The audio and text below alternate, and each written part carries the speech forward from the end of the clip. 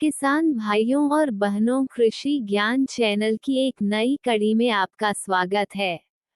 आज का विषय है मल्चिंग, जिसे हिंदी में हम बिछौना भी कहते हैं। क्यारी, गार्डन, खेत, यार्ड या गमले की खुली मिट्टी को ढकने की प्रक्रिया को मल्चिंग कहते हैं, और जिस मटेरियल इसे किया जाता है उसे मल्च कहते हैं।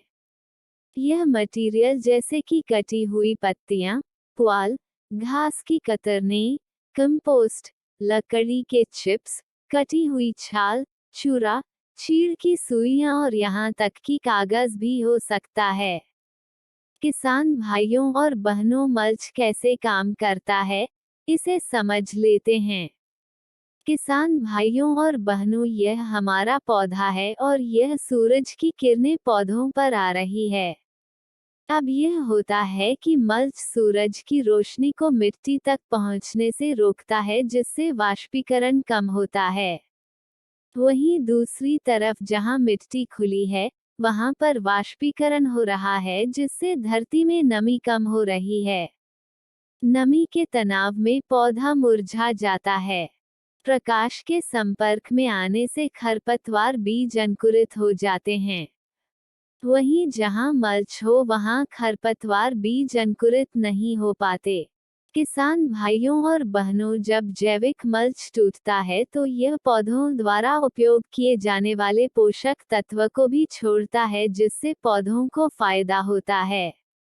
किसान भाइयों और बहनों, अदरक की खेती में मल्चिंग एक जरूरी प्रक्रिया है जिसे सभी को अपनाना चाहिए। भूमि में उचित तापमान बनाए रखने, भूमि का कटाव रोकने, खरपतवारों को कम करने तथा भूमि में सुधार लाने के लिए अदरक में मल्च करना बहुत आवश्यक है। खासकर जहां सिंचाई का अभाव हो, वहां पर मल्च बहुत ही आवश्यक होता है। क्यारियों में सूखी घास, सूखे पत्ते, फसल का कचरा, चीड़ की सूखी पत्तियां, 50 क्विंटल या फिर हरे पत्ते 125 क्विंटल प्रति हेक्टेयर के हिसाब से 3 से 5 सेंटीमीटर मोटी तह बनाएं तथा ऊपर से गोबर की खाद की तह डाल देनी चाहिए। यदि पहला बिछौना सड़ जाए तो 40 दिन के बाद दोबारा बिछौने की तह डाल देनी चाहिए। यह पाया गया है कि चीड़ की पत्तियों वाला बिछौना अन्य बिछौनों से अदरक की अधिक पैदावार देता है। यह इसलिए होता है क्योंकि चीड़ की पत्तियां धीरे धीरे सड़ती है तथा खरपतवारों को भी नहीं उगने देती। मल्चिंग करते वक्त क्या क्या सावधानियां रखें? किसान भाइयों और बहनों, बहुत अधिक मल्च 3 इंच से अधिक गहरी प्रतिक्रिया के उपयोग से पानी और ऑक्सीजन प्रारूपों तक नहीं पहुंचता है। यह आपके स्वरूपों को नष्ट कर सकता है। ध्यान रखें कि 2 इंच से अधिक मोटी मल्च की परत न बिछाएं।